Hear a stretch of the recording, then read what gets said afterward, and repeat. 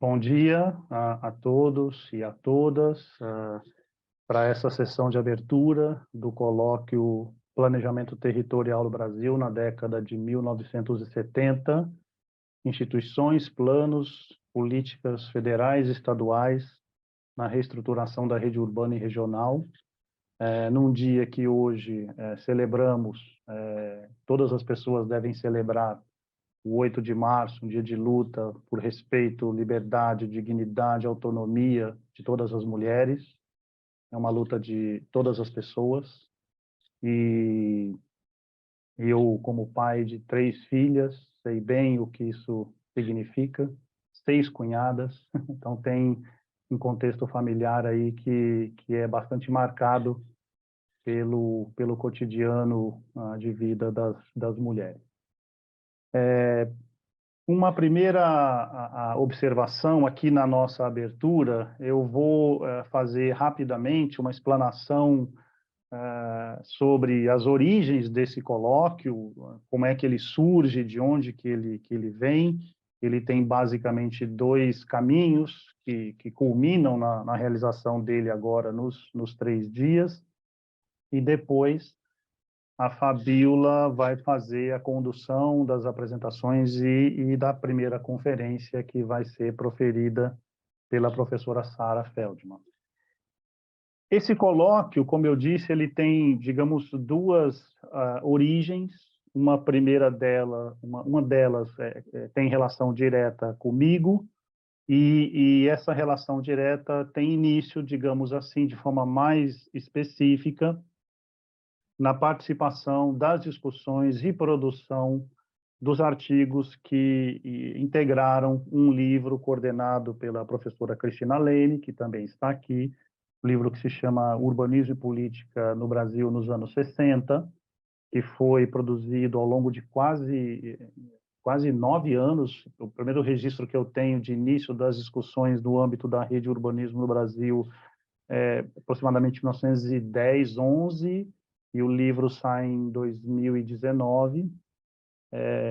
Ali eu faço uma primeira imersão em escala mais nacional, de questões, obviamente, relacionadas à década de 60, e que eu tentei trabalhar no que eu defini, chamei de 4 dimensões associadas do planejamento urbano e regional no Brasil, sobre os anos 60, tratando o período como um período de consolidação, de transição, de necessidade de consenso, para entender, e aí o passo seguinte dos trabalhos que eu venho desenvolvendo, eles se deslocam para a década de 70, a partir do entendimento e da apropriação de 2 teses que eu considero importantes, uma produzida pelo professor Benício Schmidt, lá nos anos 80, num livro importante, que é a sua tese de doutorado, onde ele aponta, onde ele indica compreender a criação da CNPU, já no governo Geisel, como o período de complemento, fechamento, né, de um longo processo histórico que culmina, né, que define o arcabouço da política urbana e regional no Brasil, e a tese de Hamilton Tolosa, que tem grande parte da sua vida dedicada à atuação no âmbito do IPEA, que vai apontar também esse mesmo período e essa mesma institucionalidade como um momento em que a discussão no âmbito do planejamento econômico e a discussão no âmbito do planejamento urbano regional são formuladas de forma conjunta pelos profissionais inseridos no âmbito das instituições governamentais federais.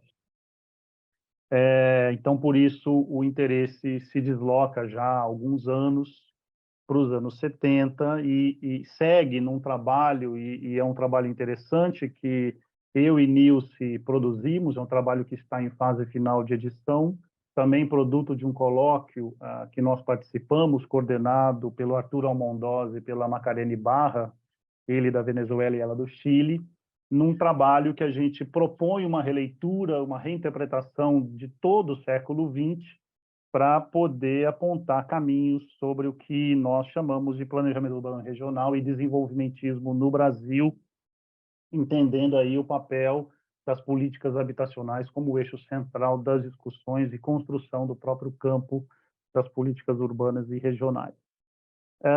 É uma década repleta de contradições, de crises internacionais e de leituras e interpretações que, ao longo dos anos também, se produziram, estão sendo produzidas em diversos campos do conhecimento, a história, obviamente, a ciência política, enfim.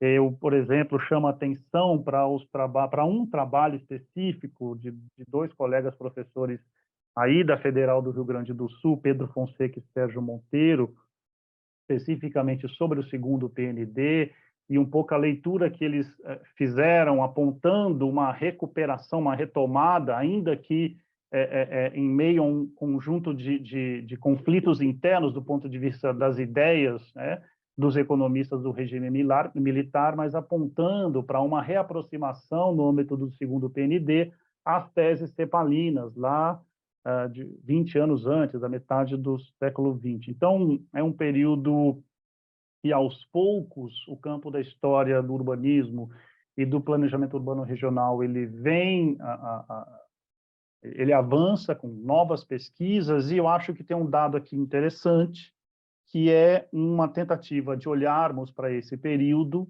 e olharmos, portanto, para o Brasil, mas numa perspectiva que tenta equacionar um certo isolamento, digamos assim. O que eu quero dizer com isso?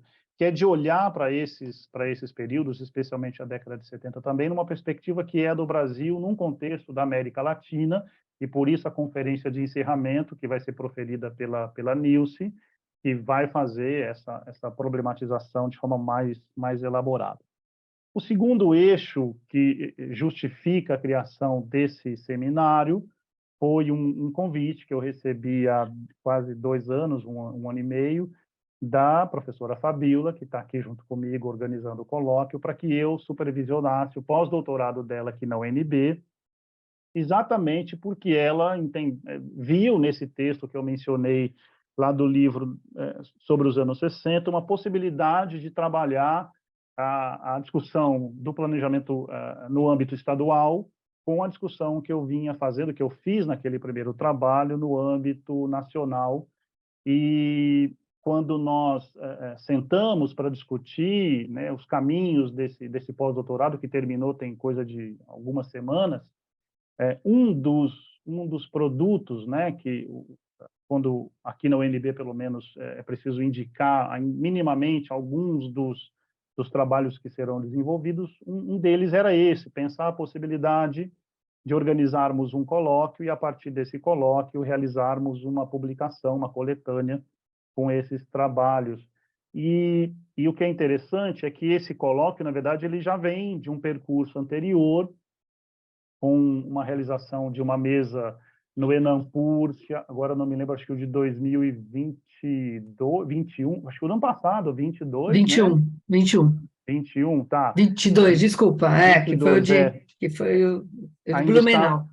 isso, exatamente, Olá. Então, assim, Desculpa.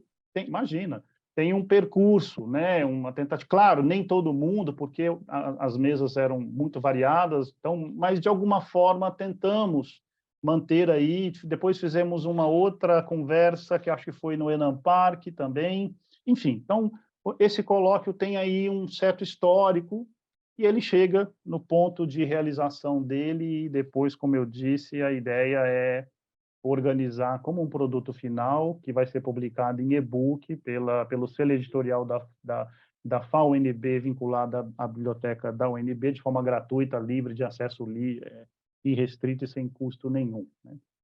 Inclusive, acho que como parte da contribuição nossa para a sociedade em relação à disponibilidade, a tornar disponível o que nós produzimos de forma livre e de acesso universal. Então, um pouco esse é o cenário, né, de onde vem, quais os aspectos que definem a proposta de criação desse colóquio, e para nós é uma alegria a consolidação dele, termos chegado nesse momento de início das atividades e das conferências, e, de antemão, eu agradeço as pessoas que se interessaram, que fizeram a inscrição.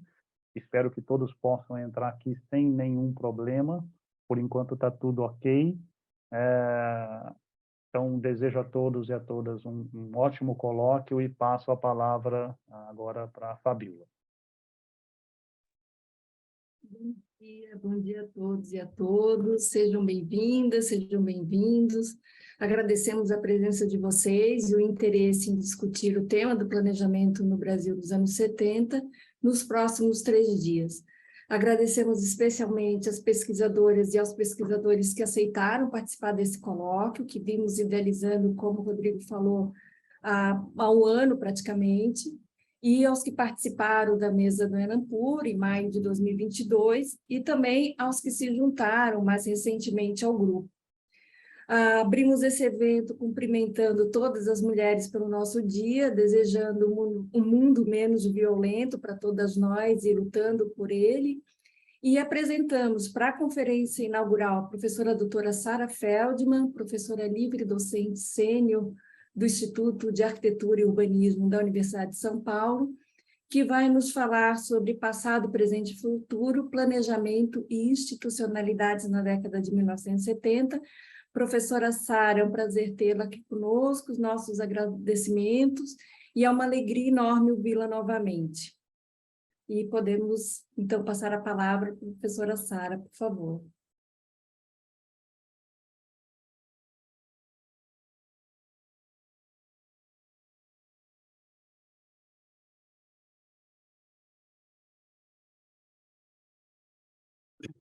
Bom dia a todos e a todas. Feliz Dia Internacional das Mulheres, para nós mulheres e para os homens também.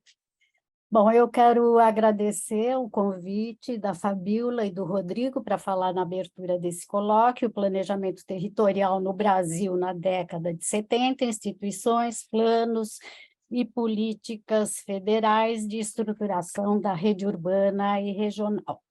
Esse colóquio eu entendo como uma conversa entre pesquisadores, muitos aqui conhecidos de longa data, que se dedicam ao tema e ao período do ponto de vista da história. O título que eu proponho, Passado, Presente e Futuro, Planejamento e Institucionalidades na década de 70, é fruto de inquietações que me parecem inevitáveis no momento em que vivemos, em que nos deparamos com a emergência de movimento de defesa da ditadura e de retorno de agentes, sobretudo militares, ativos no período da ditadura, assumindo cargos do recém-encerrado governo, porém que permanecem ativos. Ao mesmo tempo, nós vivemos um momento em que o número crescente de coletivos, movimentos, organizações da sociedade civil ganharam visibilidade como sujeitos sociais, atualizando pautas e colocando novos desafios para o que vem sendo chamado de reconstrução do país. Eu vejo essa conjunção de movimentos como um momento que coloca desafios para o trabalho de história, porque a história é escrita e reescrita constantemente a partir do presente. Essas são ideias desde os anos 50 do Olbach e depois com a École dos Annales, a partir dos anos 20, foram evoluindo. E, para nós, eu acho que coloca desafios de forma particular, pois o território ele também se presentifica. O território não é um palimpsesto onde um elemento novo apaga o passado. Muito pelo contrário, no mesmo presente, diferentes processos de diferentes momentos se acumulam. Eu gosto muito da ideia de território do Milton Santos, como lugar onde desembocam todas as ações, todas as paixões, todos os poderes, todas as forças, todas as fraquezas.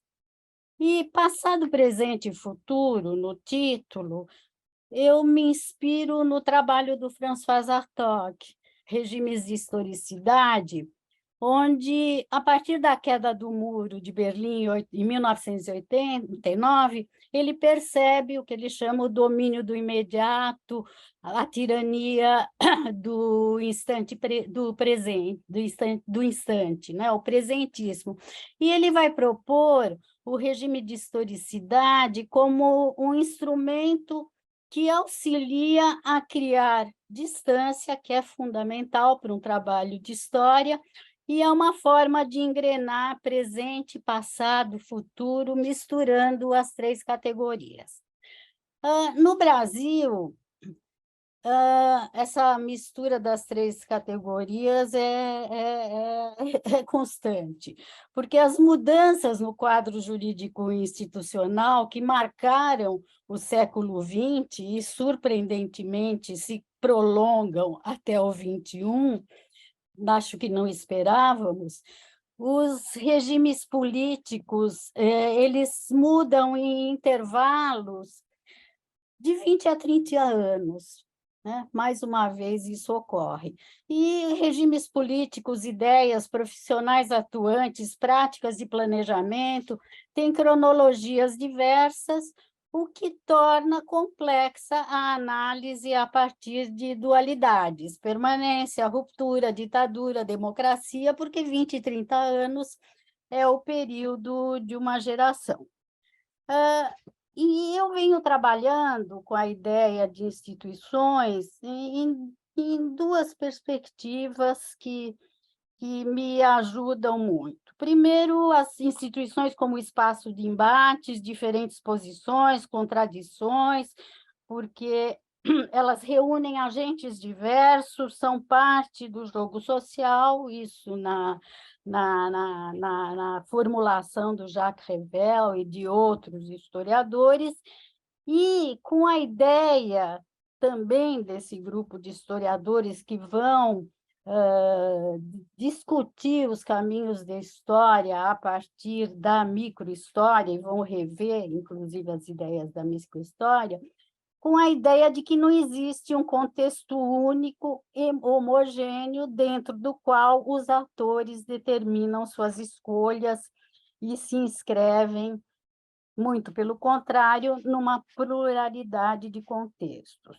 E tem também uma ideia que eu trabalho, isso a partir, né, venho trabalhando com instituições há muito tempo, comecei para finalizar para isso no meu doutorado em 1996, mas o repertório do planejamento e as questões enfrentadas pelos urbanistas, elas não se constituem como um repertório autônomo de uma categoria profissional. E isso é muito importante. Desde os anos 30, quando os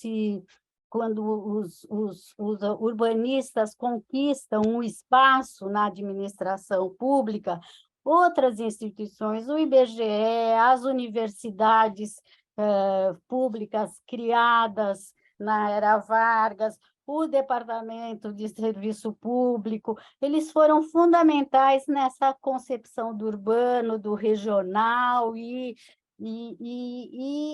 das formas de intervenção, né? Teve um debate monumental nesse momento.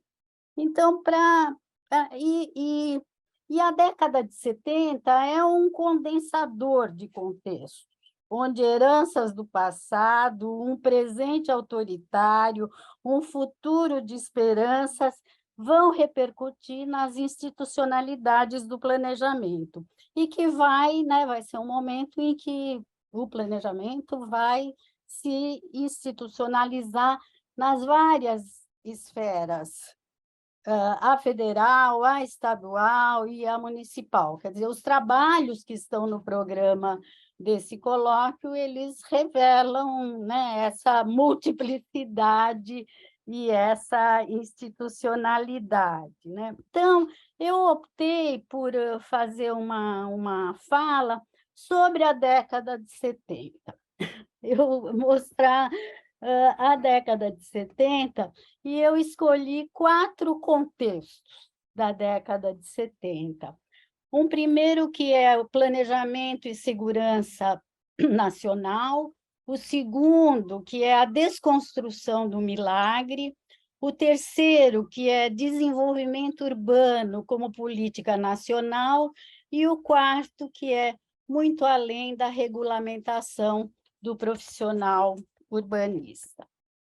E a gente vai ter, né, começando o contexto do planejamento e segurança nacional, né, nós vamos ter desde os anos 30, as constituições, né, vão colocar alguns elementos que são fundamentais para a gente pensar talvez um DNA do planejamento, né? E que pensar em que medida isso foi superado. Quer dizer, a Era Vargas é um momento de centralização no executivo federal. O planejamento vai ser encarado como uma tecnocracia, onde técnica e política não são concebidas como diálogo, muito pelo contrário, né? O planejamento vai ser colocado como algo que é desvinculado, deve ser desvinculado da política, e é exatamente nesse momento de legitimação do urbanismo da administração pública. Nós vamos ter aí a Constituição de 46, onde se recupera o papel do legislativo, vai se construir uma perspectiva de planejamento muito articulada com o pensamento da América Latina, né? O Brasil entra no circuito dos experts e dos profissionais da América Latina, e nós vamos ter o governo Jango, onde é colocada uma perspectiva de mudança estrutural, né? Do ponto de vista econômico, de combate da desigualdade, e onde o planejamento também vai ser colocado numa outra perspectiva, tudo isso vinculado às reformas de base, né, que é um momento de uma proposta de transformação enorme, e nesse momento o planejamento vai ser revista, essa relação técnica e política vai ser absolutamente revista e colocada como duas faces de um mesmo problema. Teve a ruptura, né? Não aconteceu, tinha uma proposta de reforma administrativa que não ocorreu e que era uma perspectiva transformadora.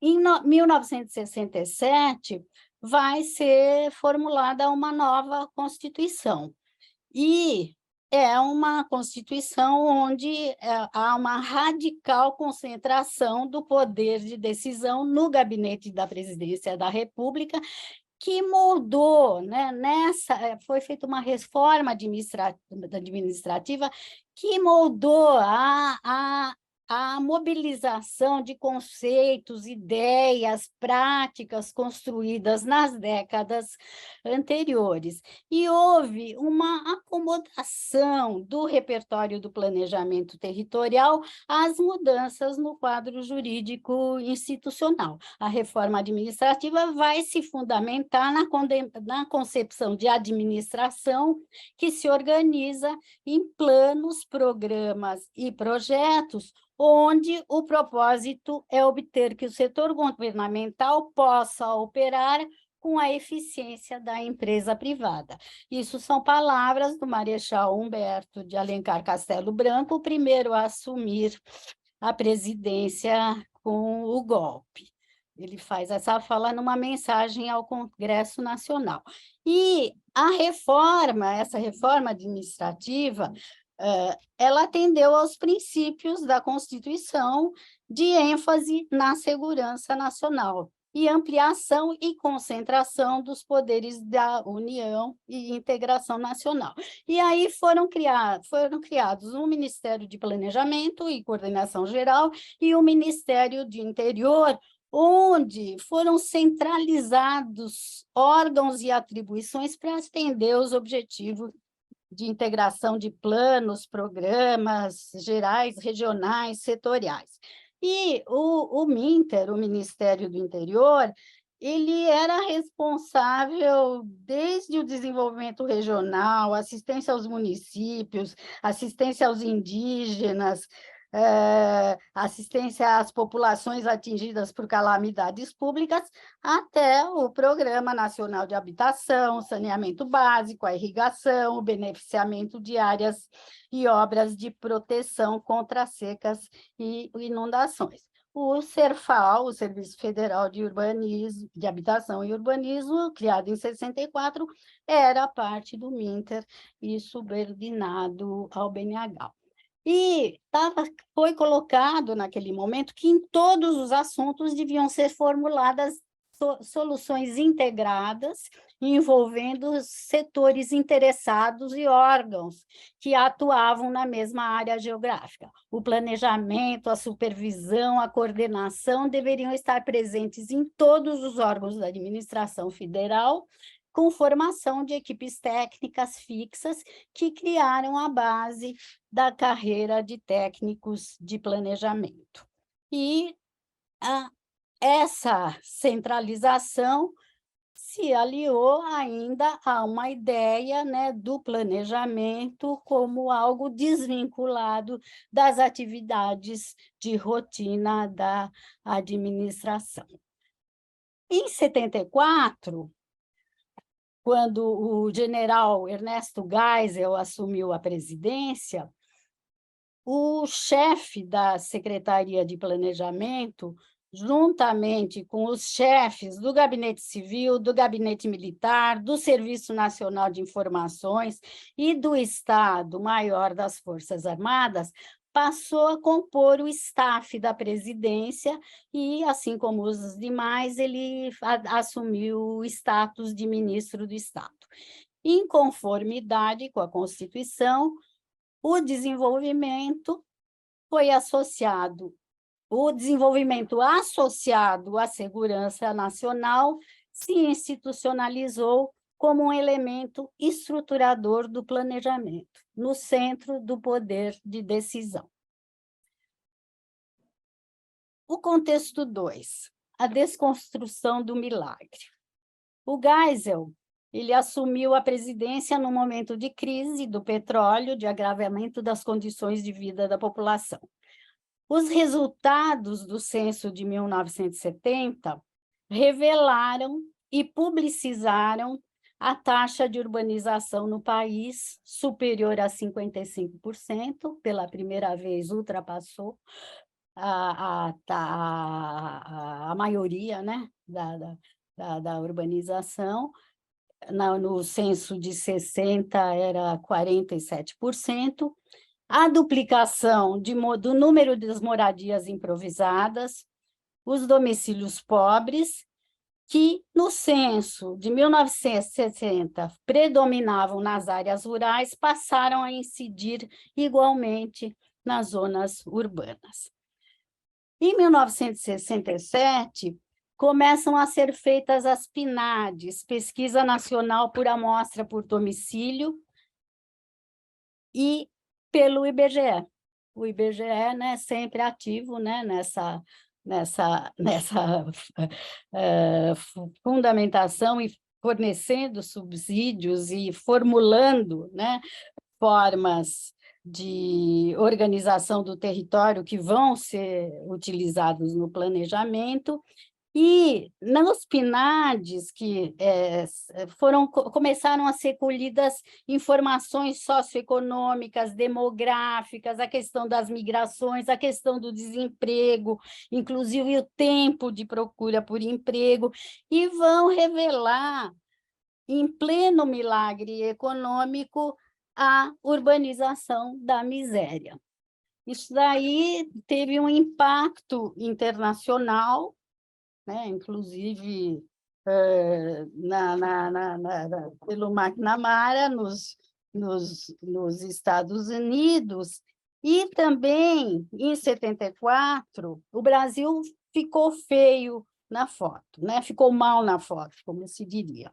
E também, em 1974, houve uma manifestação da Comissão Interamericana de Direitos Humanos, que era ligada à ONU e à OEA, que apontou veemente presunção da ocorrência de graves casos de violação dos direitos humanos no Brasil e expôs internacionalmente as práticas repressivas do governo dos militares. E, com base em denúncias encaminhadas por várias entidades e na escala das estratégias de repressão, perseguição e tortura a grupos e pessoas que se opunham ao regime, essa Comissão Interamericana recomendou medidas legislativas contra a tortura, o desaparecimento forçado, a impunidade e a violência policial, entre outras medidas administrativas a serem adotadas e implementadas no menor prazo possível. Na segunda metade da década de 70, ou mesmo antes da metade da década de 70, ampliaram-se os setores da sociedade envolvidos na questão urbana e também no limite ao direito de propriedade.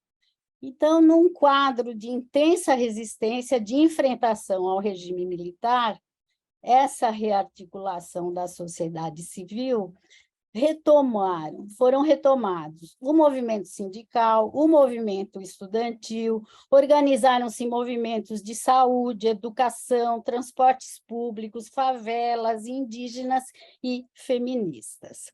E foi também, em São Paulo, por exemplo, foi criado o Movimento Negro Unificado, em 1978, lançado nas escadarias do Teatro Municipal. Foram criados o Movimento dos Trabalhadores Rurais Sem Terras, a Comissão Pastoral da Terra, que era um organismo da CNBB, da Conferência Nacional de Bispos do Brasil, que inicialmente se voltava para a questão rural, passou a incorporar a questão urbana. A inserção da Igreja Católica no debate sobre a questão da terra urbana foi fundamental. A CNBB é uma associação civil católica criada em 1952, no Rio de Janeiro, por iniciativa do Dom Helder Câmara, e assumiu crescentemente a presença no campo social. E houve, inclusive, uma renovação da atuação da Igreja Católica nas metrópoles, que se definiu no encontro do Episcopado Latino-Americano, o CELAM, em Medellín, na Colômbia, em 1968, onde se definiu a opção pelo pobre e as comunidades de base. No Brasil, o Dom Paulo Evaristo Arens, ele vai ter uma atuação fundamental nas novas formas de inserção territorial do governo eclesial, né? Ele vai viajar para a França, ele vai ter como referência a experiência francesa dos anos 60, e a partir daí é que proliferam, né? Vai ter uma organização territorial, né, de presença da Igreja Católica, e é a partir desse momento que proliferam as comunidades eclesiais de base, que vão ter, né, como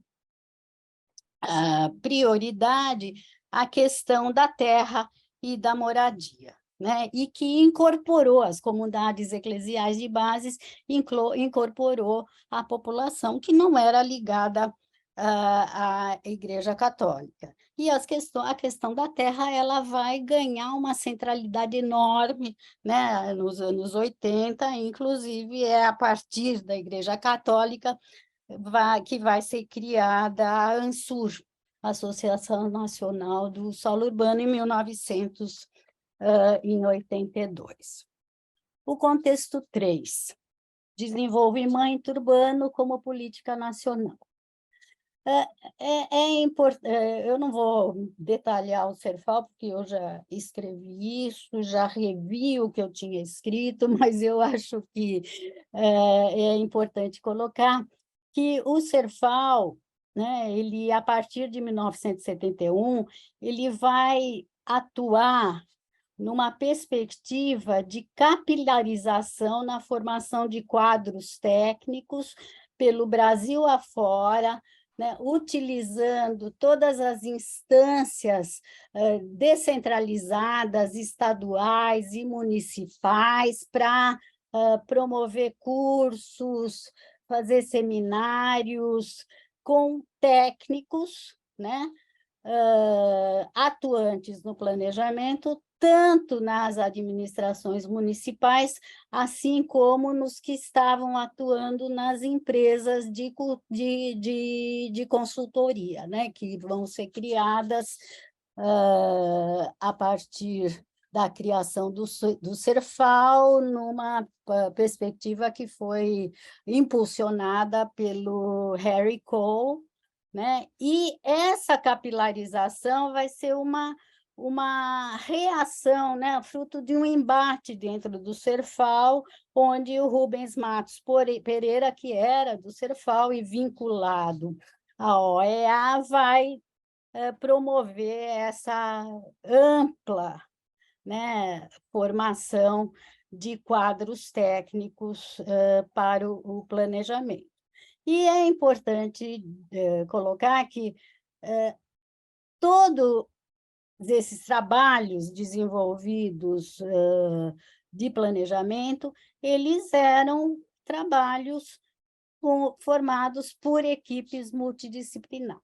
Quer dizer, a multidisciplinaridade, né, que vinha já sendo demandada desde os anos 30, ela vai realmente se realizar durante o Serfal, vai absorver os mais diversos profissionais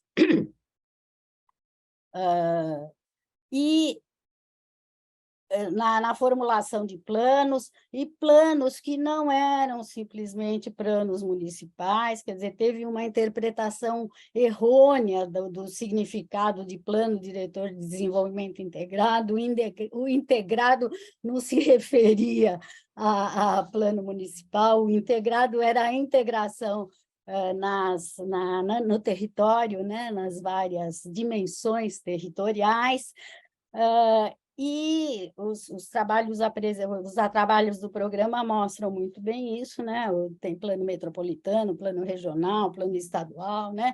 E em 1972 vai ser criado, né? Isso com o financiamento do Serfal também, um curso de pós-graduação multidisciplinar no COP, onde se associava teoria e prática. Outros cursos de pós-graduação foram criados nesse mesmo momento, o ProPur, por exemplo, o Franciscone tem um texto onde ele mostra toda a criação do ProPur, que era multidisciplinar também, mas esse foi criado no âmbito, a partir do Serfal, e é por isso que eu estou destacando, né? Isso daí muda muito, quer dizer, toda a organização profissional para o planejamento muda muito nesse período do Serfal. Isso está no meu texto do livro que o Rodrigo mencionou, organizado pela Cristina Leme, da Rede Urbanismo BR. Bom, mas em 1900... E o Serfal, ele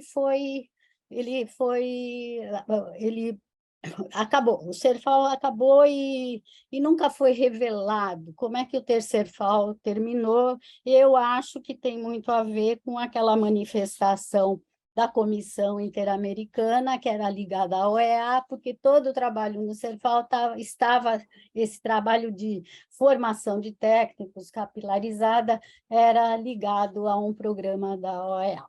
Bom, mas em 1974, foi aprovado pelo Congresso Nacional o segundo Plano Nacional de Desenvolvimento do período de 75 a 79, e onde a questão urbana foi destacada entre os grandes temas de hoje e de amanhã, entre aspas. E a operação de um Sistema Nacional de Planejamento visava a ação conjunta do governo federal com os estados, regiões metropolitanas e principais municípios para compatibilizar prioridades. Bom, ganha centralidade a formulação de uma política nacional de desenvolvimento urbano que vai anunciar, na minha perspectiva, uma mudança na institucionalidade do planejamento, uma possibilidade de mudança. Foi criada em 74 a Comissão Nacional de Regiões Metropolitanas e Política Urbana, a CNPU, que, como comissão, ela tinha um caráter transitório, mas ela era composta por representantes de ministérios, né, para acompanhar a implantação dos sistemas de regiões metropolitanas, principalmente, e propor diretrizes, estratégias e instrumentos da Política Nacional de Desenvolvimento Urbano. Tem trabalhos, né, nesse encontro que vão falar das cidades médias e tudo mais. E, com a criação da CNPU, houve uma tentativa de estruturar a vinculação da política urbana com a política nacional de desenvolvimento, né, para ser desenvolvida pelo poder público, integrando os órgãos e entidades nacionais, estaduais, metropolitanos e municipais. E, em 1975, foi formulada uma proposta de política nacional de desenvolvimento urbano, isso estamos em plena ditadura, que foi elaborada sob a coordenação do Francisco Cone, que era o presidente da CNPU, e pela Maria Adélia Aparecida de Souza, nossa conhecida e colega geógrafa, e teve a participação de profissionais de diferentes campos disciplinares atuantes, né, nas questões relacionadas ao planejamento desde os anos 50. E vou mencionar alguns nomes, né? Eram o Flávio Vilaça, o Scaringella, que era de transportes, o Espiridião Faisal, que era de geografia, e o Eurico Andrade de Azevedo, que era o jurista, enfim, era uma conjunção de pessoas atuantes e que tinham uma perspectiva contra o regime, mas que não foram exilados, mas permaneceram ativos, né? E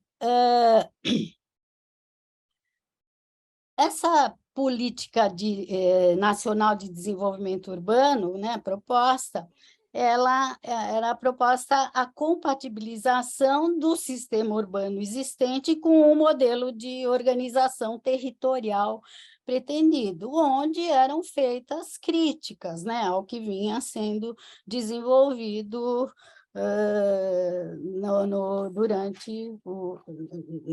nos programas federais, né? Que os órgãos e programas para atuar em escalas regionais e setoriais, eles não se integravam, não contemplavam diretrizes territoriais e urbanas, as desigualdades regionais, embora fossem abordadas como problema desde 1964, quando tem o plano decenal, e que estavam presentes também nos estudos do IBGE e do IPEA, eles não vinham sendo atingidos pelas políticas setoriais. E foi proposta, né, nesse projeto aí, a criação do Conselho Nacional de Desenvolvimento Urbano, com a participação de ministros responsáveis pela estratégia global, planejamento, coordenação geral e das atividades setoriais relacionadas à Política Nacional de Desenvolvimento. Mas o que eu acho importante é que, naquele momento, foi colocado com clareza que estavam indicando um conselho e não um Ministério de Desenvolvimento Urbano, porque a questão era indissociável da política global de desenvolvimento. E, pelo caráter intersetorial e pelo nível de complexidade, eles não consideravam possível ser tratado por apenas um órgão executivo em nível municipal. Eu acho que esse é um dado importante para a gente pensar os caminhos que foram tomados no planejamento, né? Até o presente. Até. A CNPU foi extinta, né? E, em 1979, foi criado o CNDU, vinculado ao Ministério do Interior, né? E a função exclusiva era propor a Política Nacional de Desenvolvimento Urbano, pelas diretrizes e prioridades estabelecidas nos planos. E, com a instalação, foram aprovados, né, o documento elaborado pela Maria Adélia Franciscone e aquela grande equipe, e foi aprovada também a aplicação de recursos do Fundo Nacional de Desenvolvimento Urbano em programas para regiões metropolitanas, cidades de porte médio e núcleos de apoio às cidades de pequeno porte. Em 1975, ainda no CNPU, um grupo, né, formado pelo Franciscone, o Eurico Azevedo e o Eli Lopes Meirelles, os dois advogados atuantes desde os anos 50 em direito urbanístico, e lá foi elaborada uma proposta, o primeiro anteprojeto de lei de desenvolvimento urbano. E, nesse anteprojeto, já constava o condicionamento da propriedade e a sua função social, que, inclusive, a função social permaneceu na Constituição de 1967.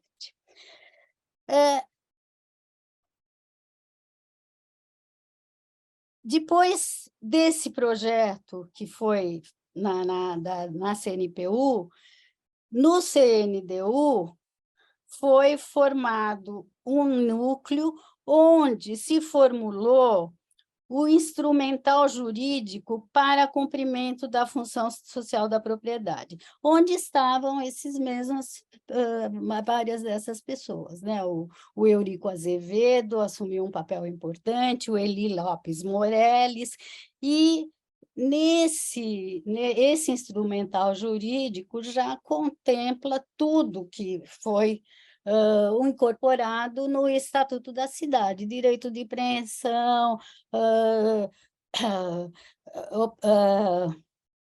função social da propriedade, outorga onerosa, né? Vai ter todo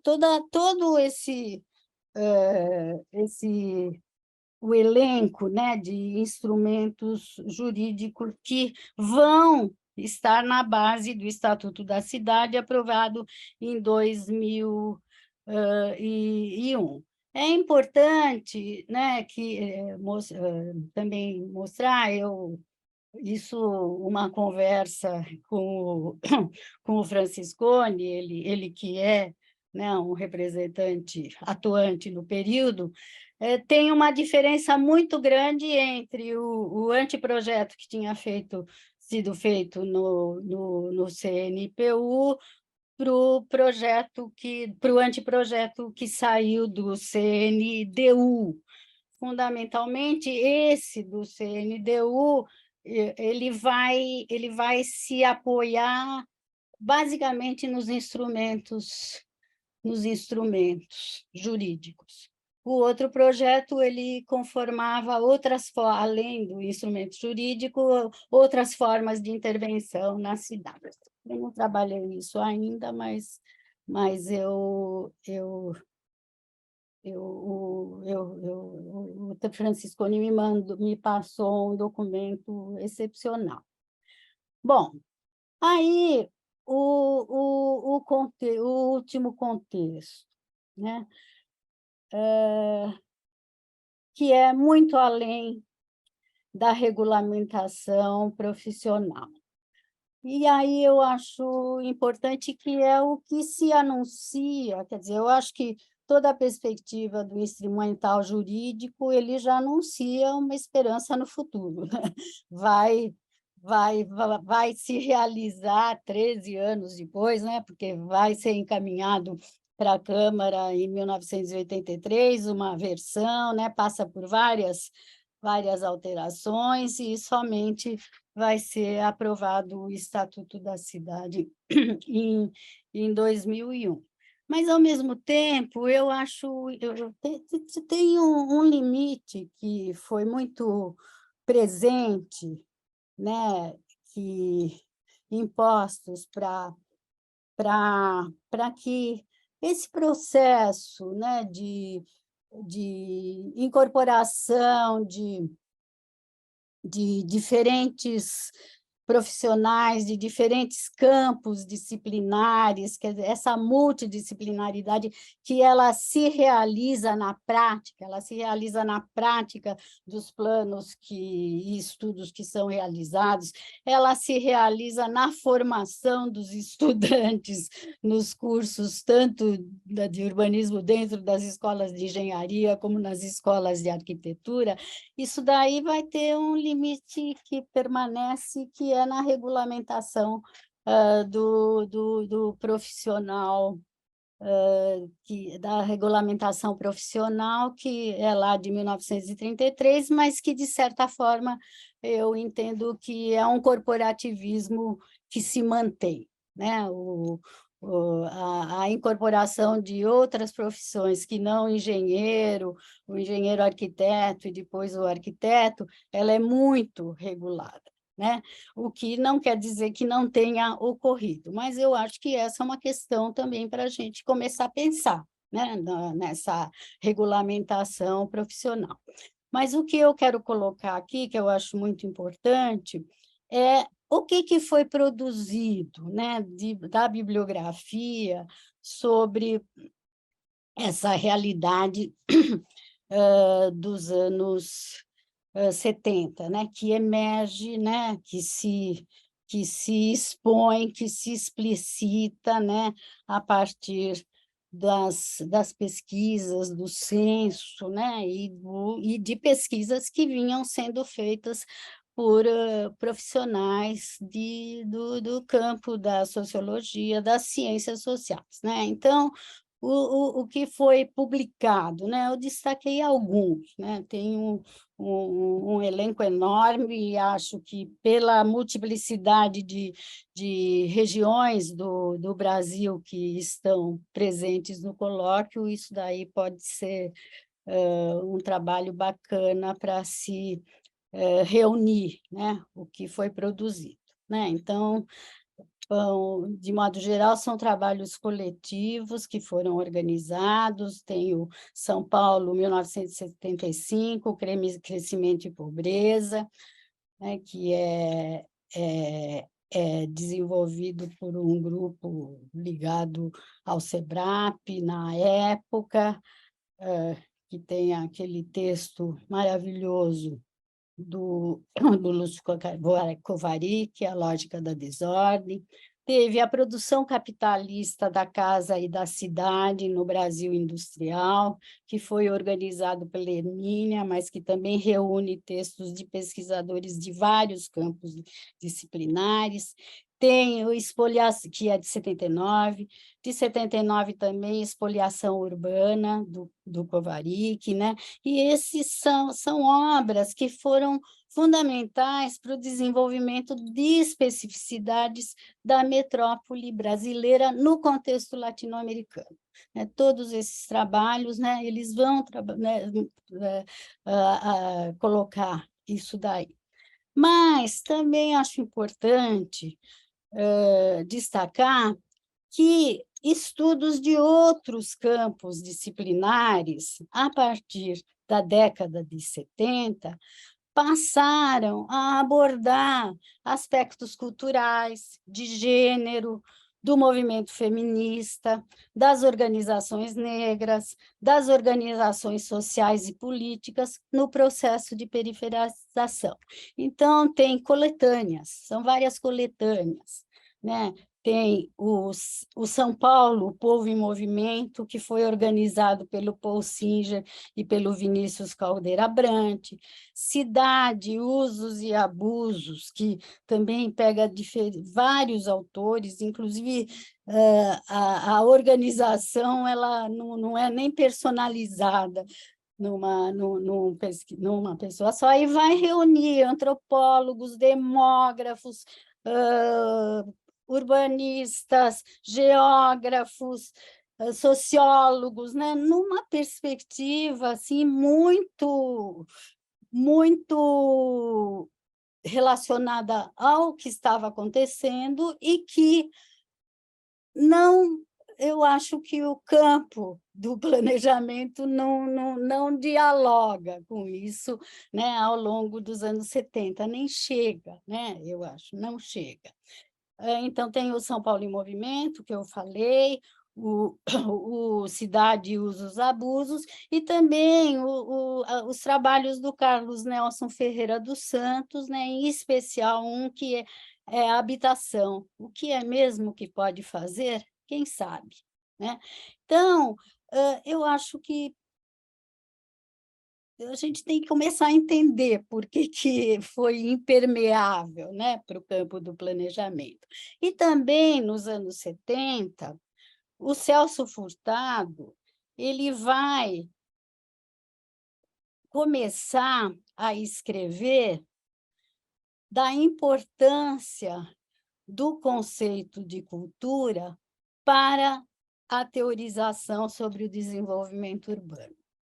Ele que tinha sido da CEPAL, que criou a SUDENE, né, atuou no planejamento, se formou, né, lá no DASP, né, como ele vai colocar essa importância do conceito de cultura e vai dizer que o instrumental da economia era insuficiente para entender os problemas do Brasil e do mundo, né? Ele vai colocar a ideia de desenvolvimento como um processo de invenção de valores, comportamentos, estilos de vida, e que o desenvolvimento econômico só tem sentido se for embasado pela cultura. Tem um documentário que é O Longo Amanhecer, que não sei se vocês viram, mas ele está disponível no YouTube, onde ele fala, né, é uma cinebiografia e tem vários depoimentos dele, e ele coloca com muita clareza essa ideia de cultura, e que foi o que levou ele a assumir o Ministério da Cultura em 1986, no governo do José Sarney. Na verdade, o Ministério da Cultura ele é criado como ministério independente naquele momento, e ele vai formular a organização do Ministério da Cultura e, inclusive, ele vai formular a primeira lei de incentivos fiscais à cultura, né? Então, e ele vai escrever, já em 1973, ele vai escrever um livro nesse sentido, né? Ele foi estudar, né, a filosofia, foi estudar tudo para essa nova formulação, e ele vai escrever em 1973 um livro, O Mito do Desenvolvimento Econômico, e mais adiante, em 78, ele os textos dele, nessa perspectiva, vão ser reunidos num livro que é Criatividade e Dependência na Civilização Industrial. Bom, eu dei esse panorama porque eu acho que eu acho importante, eu acho que a gente está num momento em que é importante, primeiro, eu acho, diante desse quadro, né, dos anos 70, eu acho que é importante a gente começar, e do que vem acontecendo nesse momento, começar a pensar como é que essas questões, né, essas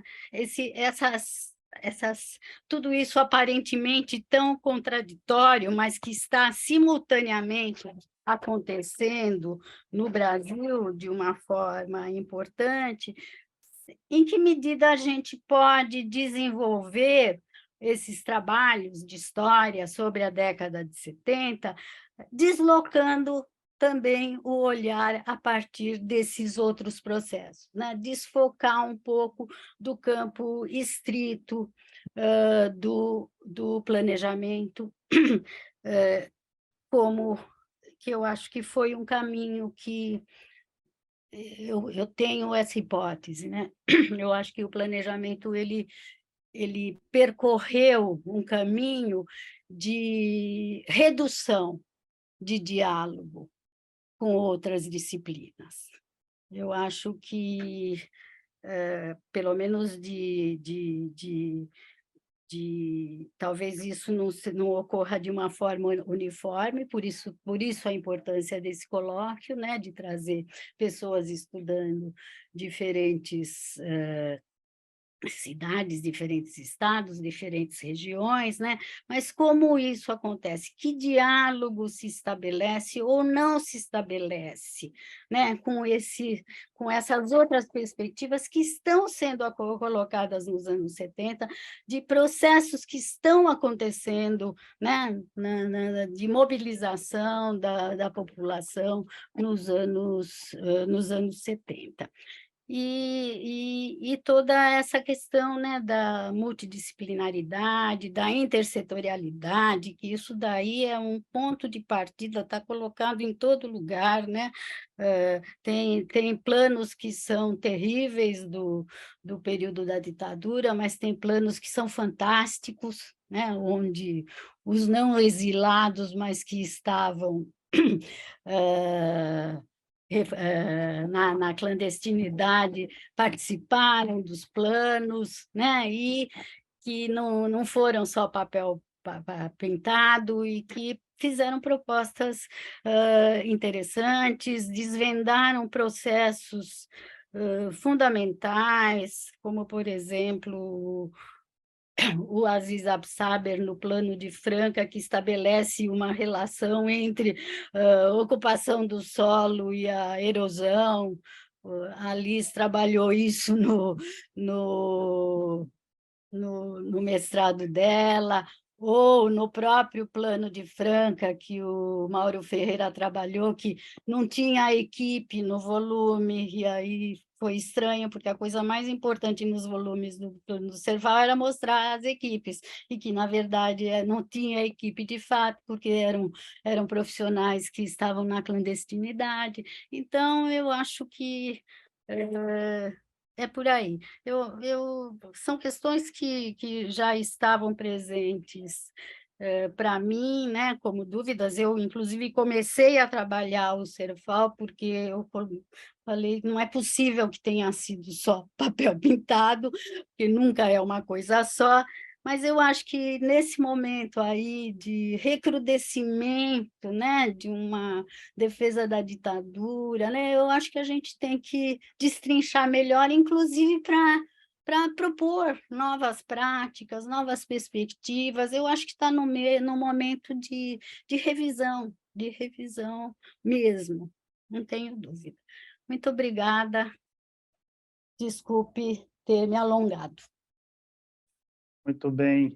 Joia. Muitíssimo obrigado, Sara, pela conferência e pelo diálogo depois, que continua, de uma certa forma, produzindo indagações. Eu teria uma série de coisas, mas geralmente, quando estou nesse papel de organizador, eu prefiro não me colocar, acho que é certo abrir espaço para que outros colegas assim o façam. Também quero agradecer a presença das pessoas aqui, quase o tempo todo, com a totalidade dos inscritos, o que é muito bacana. Agradecer também as perguntas que foram feitas. E a gente retoma na sessão da tarde, a partir das 15 horas, e eu vou vou enviar o link por volta 15 minutos antes, uma coisa assim, até para a gente ter esse tempo, né, de ninguém ter problema de entrar.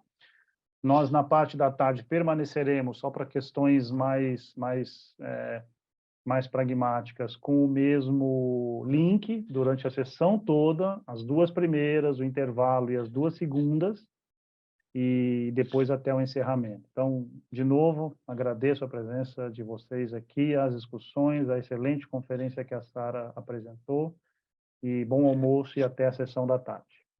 Um abraço. Bom, eu quero agradecer de novo o convite, Rodrigo, Fabíola, e a todos que assistiram, perguntaram, e eu quero dizer que eu fiz uma fala em que o meu intuito foi mesmo trazer questões para as quais eu não tenho resposta, certo?